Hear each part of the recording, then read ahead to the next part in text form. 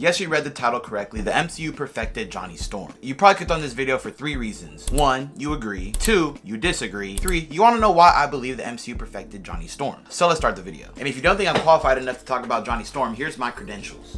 Here is my verification. Yup, these John's clean, these John's clean. No, I was not alive when this show came out. I'm on the young side. Also, we're only focusing on the live action adaptations of Johnny. Since he's part of the Fantastic Four, this video has 4 segments. My biggest gripe about Chris Evans' portrayal of the character is that he isn't intelligent. Unless the information is spoon-fed to us, which it was. There's no way anybody's believing that this guy's a mechanical genius, let alone has the ability to fly a spaceship. Other than emotional intelligence, which was kind of explored in the Rise of the Silver Surfer film, there's nothing going for him in the intellect department. And I hate to be that guy that says, well, in the comics. But in the comics, he's a very skilled mechanic. He's a key influence in the design and the mechanics for the later models of the Fantastic Car, and passed the space exam to qualify for the space mission that gave the group their powers. Around the age of 16 to 17.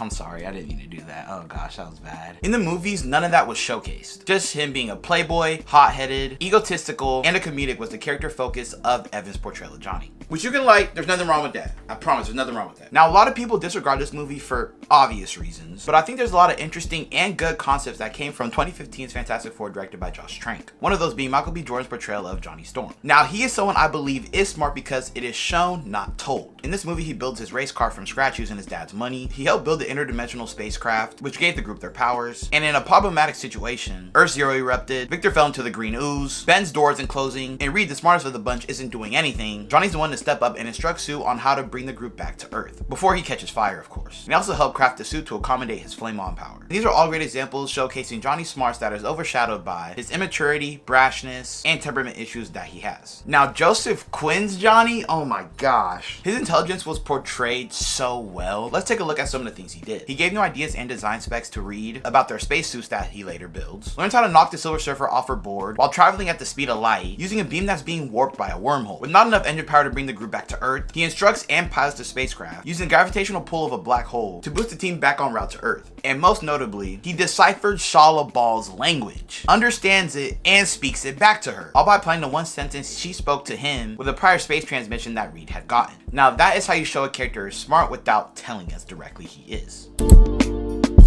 Quinn's Johnny is a very multi-dimensional character, and there is a lot to take in when it comes to his actions and motivation throughout the entire film that accommodates his core characteristics, but also the ones that are outshined by that as well. He's a hopeless romantic due to his lifestyle change because he's a superhuman, and he sees all the women infatuated with him as not interesting, leaving to him to constantly look for love when there's nothing but love to be received. Like I said previously, he's academically intelligent, and he understands that he is overlooked because of his immaturity and his insecurities, which makes him use his brashness as a way to prove that he is worth listening to. A few examples includes Reed overlooking his suit design because of the space transmission, then ignoring him to test his interdimensional space travel device. When he first meets Shala Ball and explains their interaction to the group, nobody takes him seriously. I mean, look at Reed's mannerisms! And Ben calls him out for speaking in the third person when he was being truthful. He acknowledges that a massive amount of people being in opposition to their actions is scary, despite having the means to defeat them all within a second. Lastly, he cares for his family before anything else, and he gets really emotional about them too. He's the first to notice that Reed and Sue are late for dinner. He's the most enthusiastic when it's revealed that Sue is pregnant, and he fully embraces being an uncle. After being threatened by Galactus, he's the first one to start boxing, while the team escapes knowing that there is a limit to how long he could be flamed on in outer space. He tries to sacrifice himself for Franklin not once but twice. They already trying to pull a Hickman stunt in his first debut in the MCU. Just imagine what Doomsday or Secret War is gonna do for the character. He cries when Sue dies and then kisses her when Franklin brings her back to life. Now, Evans is one-dimensional due to bad writing. To be honest, everybody in those films got bad writing, maybe except for Ben, but Jessica Alba's Sue Storm got it the worst. Oh my gosh. She literally is only there for sex appeal. Okay,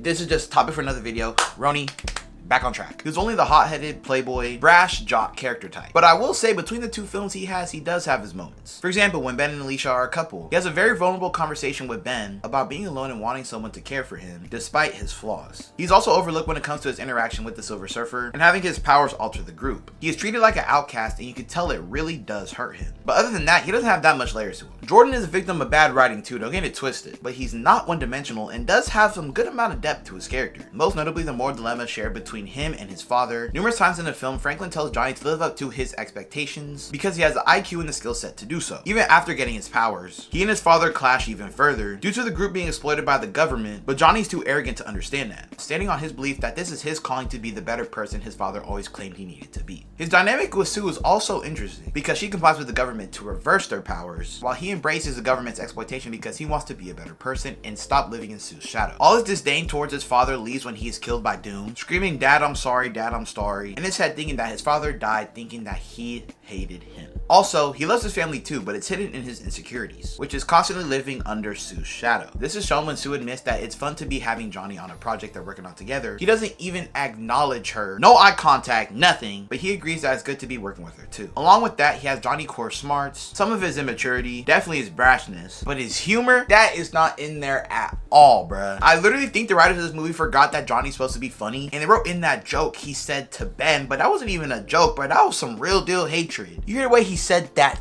thing? Damn. And while two of the other live action Johnny Storms have some of the characteristics that make the character, Joseph Quinn has them all, and he blends them together pretty seamlessly. Johnny Storm is a selfless character. One of my favorite moments of this aspect of him was during Jonathan Hickman's Fantastic Four Future Foundation run, when he sacrificed himself for Ben to escape with Valeria Richards and the other members of the Future Foundation to seal off the negative zone so Annihilus and his bug army doesn't attack Earth. I mean, him and Ben connecting hands, saying you don't wish it any more than I do, then flames on 1,000,000,000 to 1? I think I got Annihilus on my wall, bro. I ain't gonna lie. Let's zoom in on that fuck nigga. Oh, I cursed. Oh well. That dork ass name, man. His will to save others is something that many iterations of the character took a long time to explore. Comics, animated projects, and live action. But First Steps doesn't shy away from that. Actually, it embraces it as one of his core characteristics. Here's a few examples of his acts of will and sacrifice. Flying up to see who or what is invading Earth. Chasing after the Surfer. Once Galactus rushes Sue's pregnancy, Johnny is the first one to start boxing. He's flying past Silver Surfer. He's breaking shit in his ship. He confronts Shallabal and offers himself to be Galactus' sacrifice. She declines. Then after the portal doesn't work in the final act of the movie, he says, "Tell Franklin Uncle Johnny loves him." And then he rushes to pull Galactus back in. If successful, he would have died in an instant in outer space. Plus, he would have been millions of years away from his planet. Them flames ain't gonna push him back, I'll tell you that much. Also, it was almost concerning how much it felt like Johnny, in a way, was trying to rush his death and sacrifice his mortality to save others despite having everything in life that anyone could want. He's youthful, got all the ladies on him, he a jokester, he confident, and he has superpowers. But with one thought, he's ready to throw that all away for his family and the world. That is amazing. He's a young guy who's able to engulf himself in flames. He's gonna end up getting real creative with how he uses his powers. While the three live action characters share some common denominators with how they use their powers, like flight, shooting flames out of their hands, using their temperature control to heat other objects. Here's a few ways Quinn uses his powers that sets him apart from other iterations of the character. First, he's able to will and manipulate pre-existing fire into his body, an ability that the character has always has but hasn't been used live action. Also, I really like how aerodynamic he is compared to the other Human Torches, as well as how his body moves when inflamed. I'm sorry if that sounds like I'm being over analytical talking about the way he moves when he's flaming out, but I just love this character so much. Like, I'm so tempted with it. To talk about how aerodynamic he is, during the Surfer's first appearance, when he shoots off the balcony, he flies across the screen. He doesn't stay in one place. He's swaying from up and down to side to side. Same when he's carrying Franklin. He shoots from the bottom of the screen to the top, then back to the bottom, gradually increases his latitude, then shoots faster towards the Baxter building. And when he confronts Galactus, he's doing twirls, he's doing 360s through his fingers. Like, what is we really talking about? He is so clean, dog. Next, how his body moves. What I enjoy so much about how his body moves when he's inflamed is that it doesn't look like regular flight we are used to. When most people fly, it's either like these, like these, like these. But at times he opens his arms kind of like an airplane shape, and he pushes his body like these or like these when he increases his speed or when he moves up. It's just like how we're running, we need to lock in, then we just do. You know what I'm saying? You kind of have like that little before you take off. Like, he does that. I think all three live actions did that, but he was clean. But that little arm pump like these, yeah, that's wavy, bruh. It's the little details that matter. It's the little details. And that's it. At the end of the day, this is all subjective, and I'm already knowing there's a lot of y'all that make confused faces when I said certain things in the video. But at the same time, there's also some people that was like, oh, okay, I didn't think about that, or okay, I agree at certain parts as well. I love all three live action iterations of Johnny Storm because they all shine in their own ways. I love how immature and cocky Evans is, but I also like the serious tone that Jordan gave in this 2015 movie. And I love Joseph Quinn all around. Comment your feelings about the MCU's new Johnny Storm. Also comment your critiques about all three live actions as well. I just realized I didn't promote myself in the video.